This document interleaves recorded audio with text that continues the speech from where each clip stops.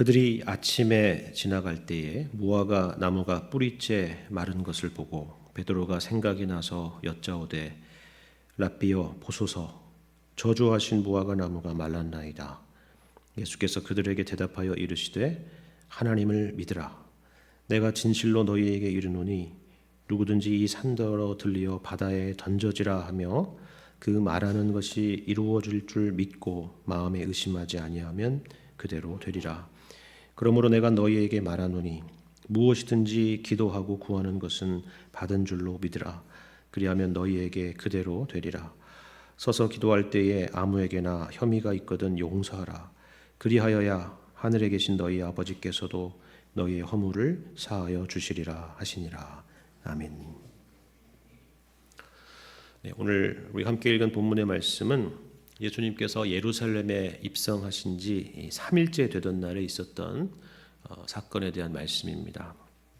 그러니까 우리 요일로 하자면 오늘 같은 화요일에 있었던 일이죠. 주일에는 나귀 새끼를 타고 예루살렘에 입성하시는 장면이 있었고, 그리고 월요일에는 우리가 어제 살펴본 말씀처럼 성전에서 매매하는 사람들, 그리고 돈을 바꾸는 사람들의 상을 뒤엎으시는 그런 일들이 있었습니다. 19절을 오늘 본문 바로 앞에 있는 19절을 보시면요, 어제 사건 이후에 그 성전 청결 사건 이후에 날이 저물어서 성 밖으로 나갔다 이렇게 되어 있죠. 그리고 이어서 20절을 보시면 그들이 아침에 지나갈 때에 라고 되어 있습니다. 그러니까 이렇게 하루가 지났다는 것을 우리가 알 수가 있습니다. 그런데 복음서 말씀을 보시면요, 이날은 이 마지막 일주일의 시간 중에서도 상당히 많은 사건들이 있었다는 것을 우리가 알 수가 있습니다. 이 시간에 그것을 다 살필 수는 없겠죠. 여러분이 나중에 댁에 가셔서 그 내용들을 한번 읽어보시면 좋을 것 같습니다. 오늘은 그 중에서도 특별히 이 무화과 나무에 저주하신 사건에 대해서만 살펴볼 생각입니다.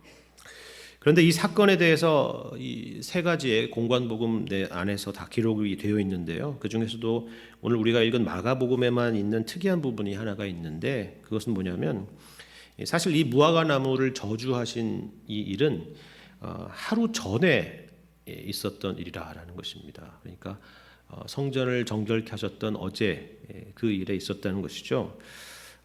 성전에 들어가시는 길에 그 중에 있었던 사건이라고 이 마가복음에서는 기록하고 있습니다. 이것을 설명하는 말씀이 있는데요. 여러분 오늘 본문 앞에 있는 12절 이하의 말씀 한번 보십시오. 12절.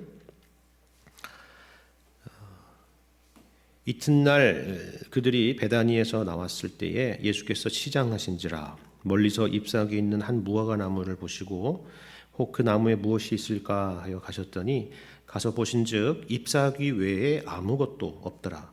이는 무화과의 때가 아님이라. 예수께서 나무에게 말씀하여 이르시되 이제부터 영원토록 사람이 내게서 열매를 따먹지 못하리라 하시니 제자들이 이를 듣더라. 이렇게 되어 있습니다. 그리고 성전 정결 사건이 성전에 들어가셔서 있었고, 그리고 오늘 말씀에서 보는 것처럼 바로 그 다음 날 예수님과 제자들이 그 아침에 지나갈 때에 어제 예수님께서 말씀하신 것처럼 그 저주했던 무화과 나무가 뿌리채 말랐던 것을 보게 된 것입니다. 그러니까 이 사건은 이틀에 걸쳐서 있었던 사건을 기록했다는 것을 우리가 알 수가 있는 것이죠.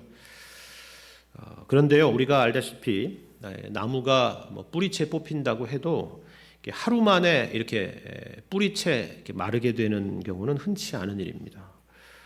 예수님께서 명하신 일이었기 때문에 가능했던 일이고, 제자들도 그것이 다만 현상적인 문제가 아니라 그 안에 무슨 의미가 있을 거라는 생각을 하게 되었기 때문에 그것이 무엇을 의미하는지 알고자 해서 이렇게 오늘 본문의 말씀처럼 베드로가 예수님에게 질문을 하는 것입니다. 우리는 이 사건을 그냥 아무런 생각 없이 보게 되면 왜 예수님은 그 애꿎은 무화과 나무를 저렇게 저주하셔서 말라 죽게 하셨을까라는 생각을 할 것입니다.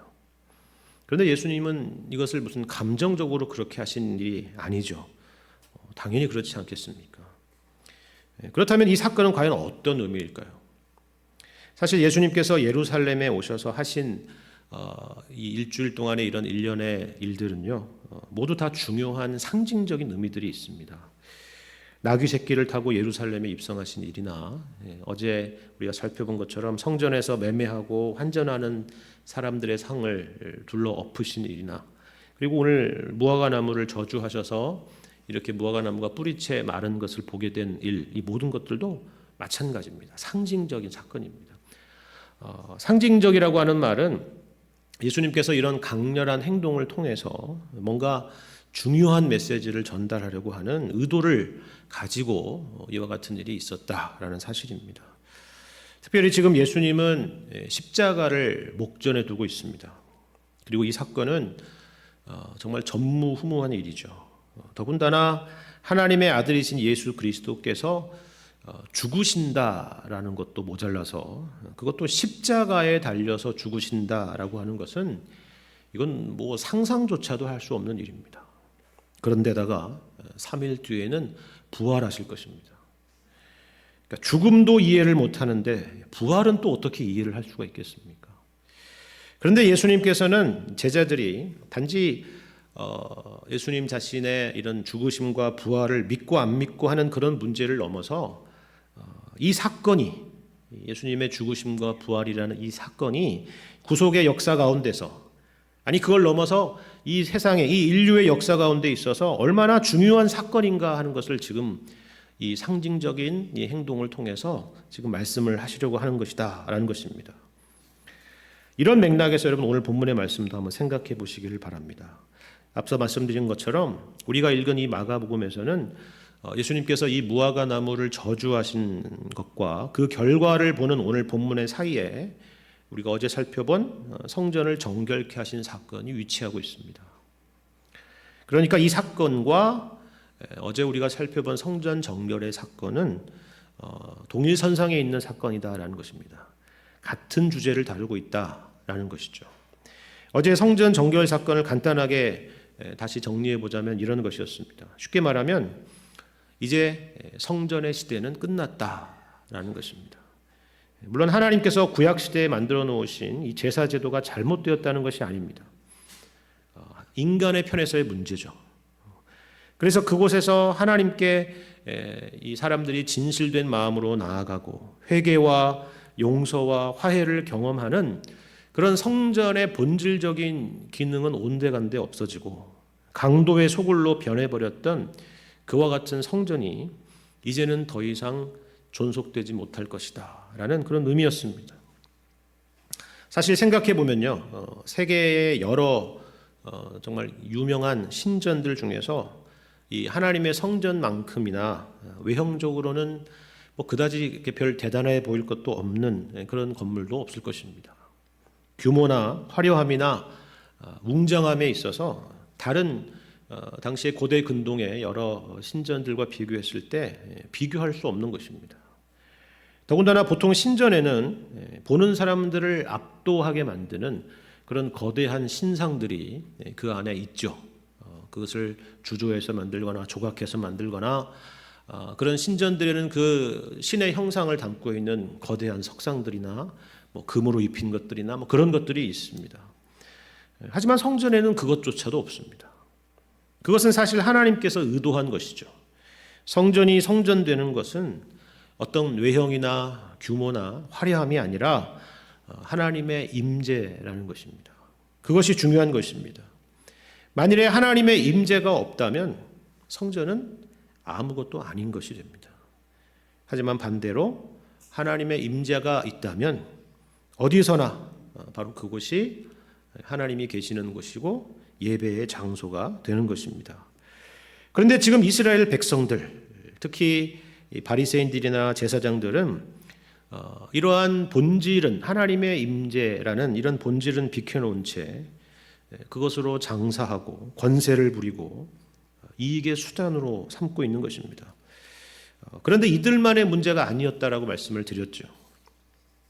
매매하는 자들이라고 했습니다. 사는 자들과 파는 자들 모두를 말한다 했습니다. 그러니까 제사하러 나오는 이스라엘 백성들조차도 이러한 종교 시스템 안에서 마치 자신에게 주어진 종교적인 의무를 해치우고 가면 되겠다라는 그런 마음으로 성전에 나왔다라고 말씀을 드렸습니다. 그것이 바로 강도의 소굴이라는 의미라고 어제 살펴봤습니다. 이에 대해서 예수님께서 하신 말씀이 이것이었습니다. 17절에 나와 있는 말씀 같습니다. 내 집은 만민이 기도하는 집이라 칭함을 받으리라 라는 것이죠. 여기서 성전을 가리켜서 기도하는 집이다라고 하셨다는 것을 여러분 기억하시길 바랍니다. 그런데 이 말씀은 단지 성전은 기도를 하는 곳입니다 랄지 기도원 같은 곳이다 라는 그런 의미로 말씀하시는 것은 당연히 아닙니다. 기도라는 것이 무엇입니까? 여러분, 기도하면 제일 먼저 떠오르는 게 뭐예요? 우리는 기도하면 뭘 기도해야 되지? 기도의 제목들이 제일 먼저 떠오를 텐데, 사실은 기도라는 것은 기본적으로 하나님이 인간과 만나는 시간입니다. 우리가 하나님께 나아가는 시간이죠. 우리와 하나님과 연결되는 시간입니다. 그런데 죄인된 인간이 어떻게 초월이신 하나님 그리고 거룩하신 하나님을 만날 수가 있겠습니까? 그냥 혼자 이런 소원 저런 소원을 중얼중얼 거리면서 아뢰 수는 있겠죠. 그런데 그런 것들이 우리 혼자만의 공허한 메아리가 아니라 하나님께 상달되는 어떤 것이 되려고 한다면 어떻게 해야 될까요? 우리 편에서는 답이 없죠. 하나님께서 길을 여시고 우리 가운데 찾아오셔야만이 가능한 일입니다. 그렇다면 왜 이 성전이 기도하는 집이다라고 말씀하셨는지를 아시겠죠? 바로 성전이 그런 곳이기 때문입니다. 죄인된 인간이 하나님께 나아갈 수 있도록 하나님께서 그렇게 길을 열어두신 곳이 성전이기 때문입니다. 하지만 지금 이 예루살렘의 성전은 우리 어제 보신 것처럼 그 기능을 하지 못하고 있는 것입니다. 어제 보았던 성전 정화 사건이 바로 그것을 구체적으로 말해주고 있죠. 성전을 강도의 소굴로 만들어 버렸습니다. 그리고 오늘 본문에 이 무화과 나무를 저주하는 사건도 동일한 이야기입니다. 여러분, 특별히 이 부분을 주목해 보십시오. 예수님께서 이 무화과 나무를 저주하신 이유가 있다면 한 가지가 있었습니다. 뭐죠?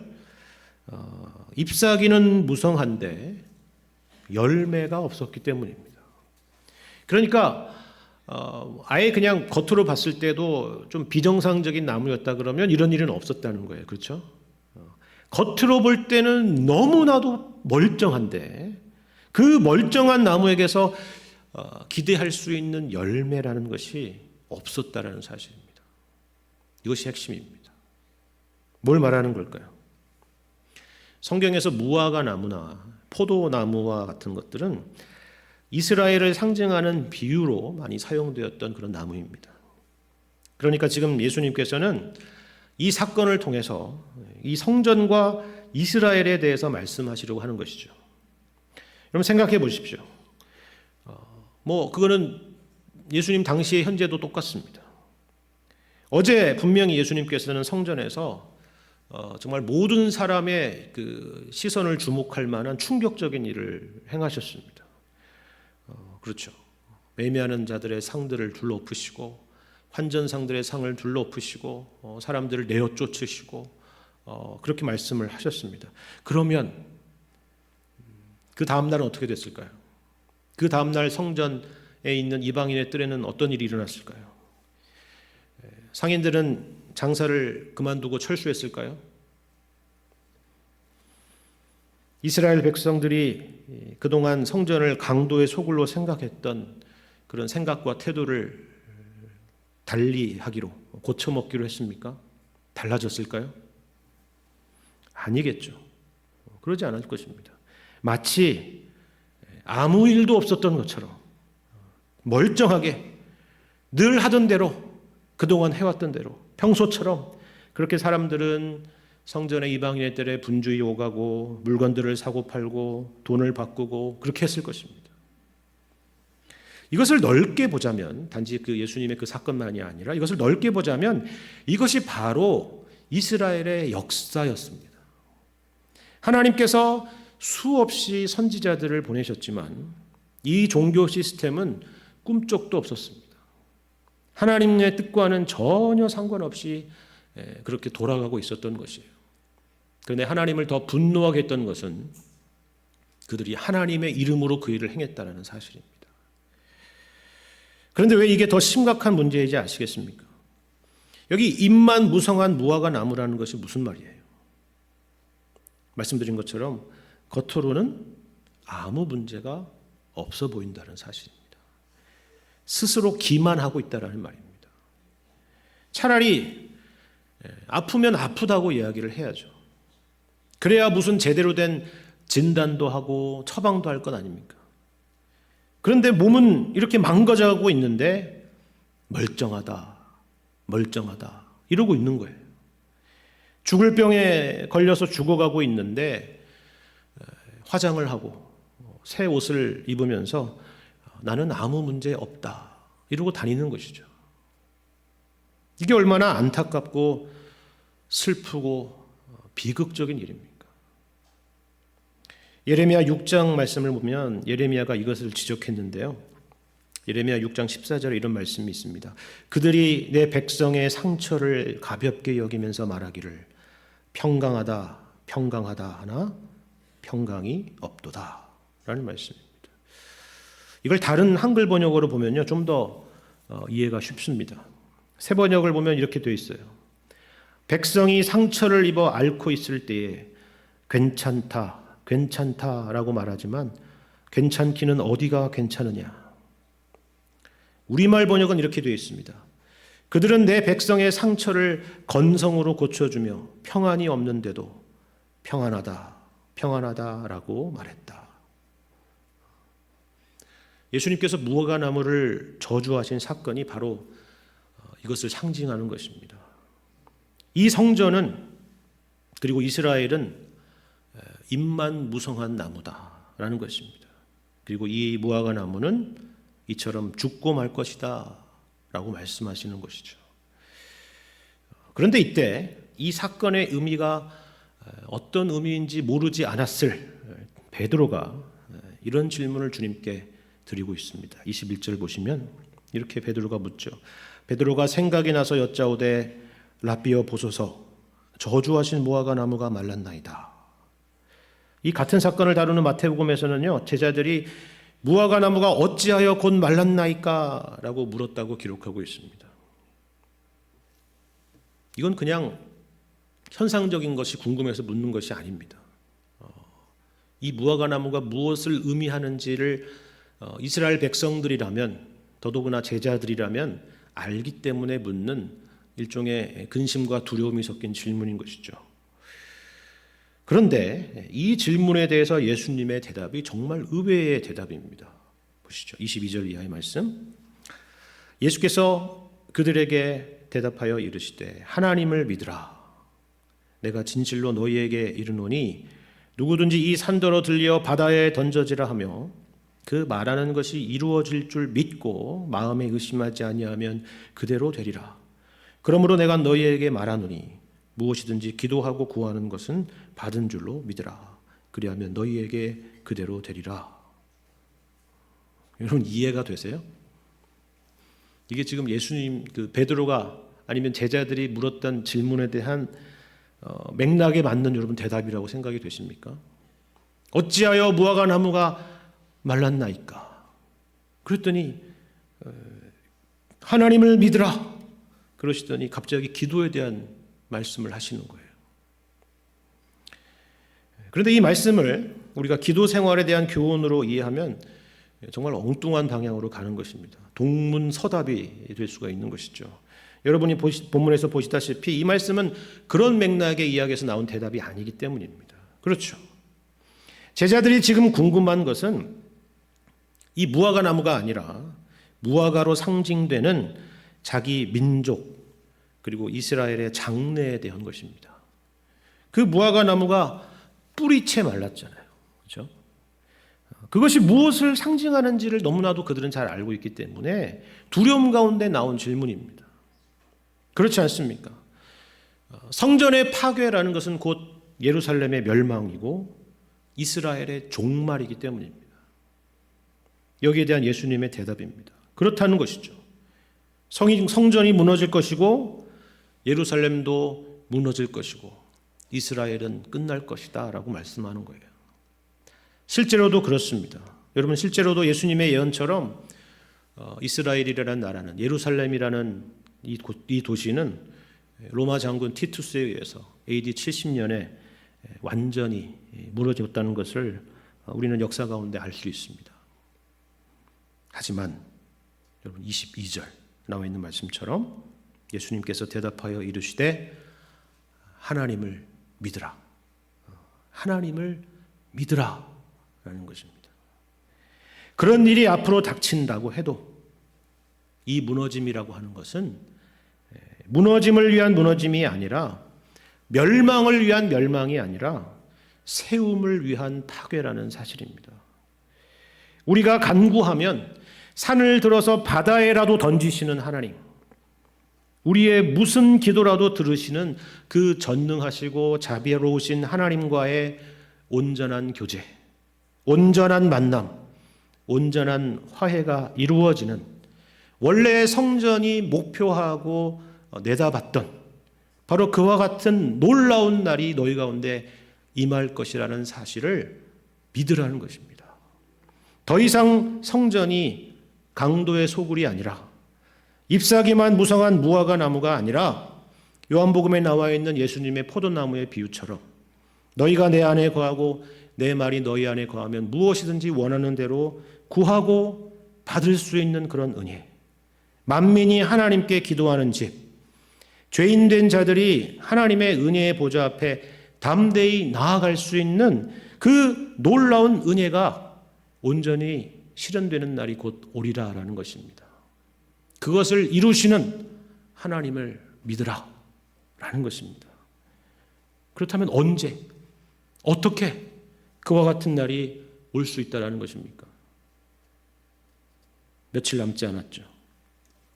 바로 예수 그리스도께서 우리를 위해서 십자가에 죽으시고 부활하심으로 우리에게 허락하실 은혜라는 사실입니다.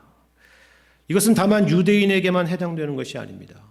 내 집은 만민이 기도하는 집이라. 그 만민에 해당되는 증거가 바로 저와 여러분이죠. 우리에게 이 고난주간이 있는 것은 바로 이러한 은혜가 어떻게 우리의 것이 되었을까라는 것을 생각해 보는 시간입니다. 하나님을 믿는 믿음만이 영원합니다. 다른 모든 것들은, 우리가 믿고 의지하는 것들은, 그것이 심지어 종교적인 모양과 내용을 갖고 있는 것이다 할지라도 옛 성전과 같이 사라지고 말 것입니다. 사랑은 언제까지나 떨어지지 아니하되 예언도 패하고 방언도 그치고 지식도 패하리라 말씀하셨습니다. 우리가 세상에서 가지는 자랑과 만족, 그리고 심지어 교회에서 가지는 자랑과 교만도 사라지고 말 것입니다. 우리 주님에 대한 사랑, 주님에 대한 믿음, 그리고 주님에 대한 소망만이 남을 것입니다. 헛된 것에 우리의 마음을 빼앗기지 마시고 우리 예수님 안에 있는 이 놀라운 은혜 가운데서, 믿음 가운데 항상 주님 앞에 감사하며 진실하게 나아가시는 여러분과 제가 되기를 주님의 이름으로 간절히 축원합니다.